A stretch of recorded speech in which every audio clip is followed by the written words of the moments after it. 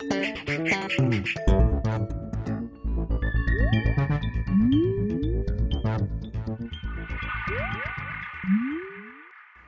everyone and welcome to The Vortex, where lies and falsehoods are trapped and exposed. I'm Michael Voris. We spent some time thinking about how much to reveal in this Vortex about the responses we received from atheists in regard to our Vortex last week on Catholic government. Now, first off, a little clarity.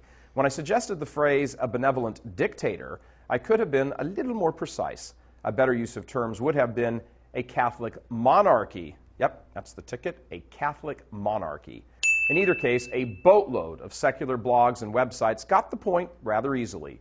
Skipping minor details about choice of words and the hair-splitting over the difference over democracy and democratic republic, they completely understood what we were saying.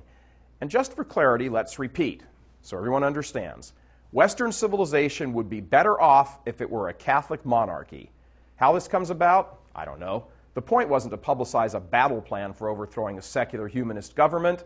It was to point out that we are already living under a dictatorship, the dictatorship of relativism, to borrow the Pope's phrase. Parrying that phrase, I suggested a benevolent dictatorship. Well, that brought out all those sad sack boo-birds. And for the record, we're not pointing viewers to the thousands of comments floating around out there on the internet. No links over here this time. But if you want to go hunt for yourself, I suggest you make sure you have the stomach for the most foul-mouthed, Catholic-bashing, invective-filled hate speech you've ever read in public forums. With a pitiful, laughable lack of knowledge of history, not to mention theology, atheist zealots have descended on real Catholic TV with all the enmity of Satan himself. By the way, they may not believe in him now, but they will.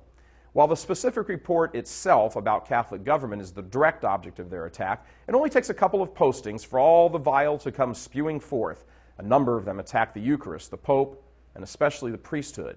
I won't repeat some of the extreme blasphemy uttered about our blessed Lord in the Eucharist, but suffice it to say, it is filled with expletives and the most coarse language available to the vocabulary-challenged atheist set.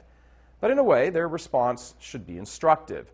See, the whole point of that Vortex episode was to reveal that Catholics need to start seeing the world for what it is, for what it has always been, ruled by a hate-filled angelic monster that wants to destroy, or as St. Peter says, roam about like a roaring lion looking for someone to devour.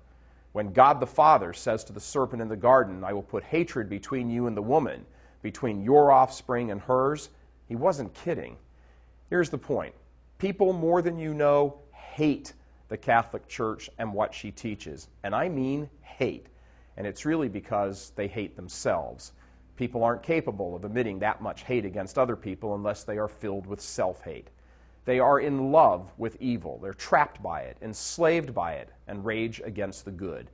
But what they fail to realize in their adulterous or chemically addicted or money-worshipping or power-hungry or attention-crazed or over-the-top self-consciousness, pride-filled or otherwise promiscuous lives is this single point.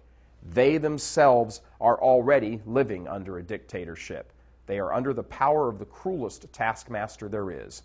They are chained by their passions and fears, and if they stay the course, they will die in their sins. But for now, they are already dying quiet lives of emotional and psychological exhaustion, and they rage against the machine of their own creation. Deep down, they know the spiritual shipwrecks that their lives really are or will become. What does the Church offer? Simply this, to move from a monarchy of hate to a monarchy of love, because we are all slaves to the master of our choosing, God or Satan. It's just that in the end, one will say to us, I no longer call you slaves, but friends. Who would you prefer for your monarch, Christ or Satan? Because in the end, you and I will bow to one. Look at your life and make your choice. Choose wisely. I want a shout out for our enthusiastic atheist viewers out there. You really need to check your hate speech. It's way too revealing. I'm Michael Voris. Please help us keep delivering these kinds of messages that so desperately need to be heard and acted on. Join RealCatholicTV.com today as a premium subscriber. Become immersed in the faith established by Jesus Christ. The Catholic Church is the only hope against evil because that is its God-given mission. As our Lord said, apart from me, you can do nothing.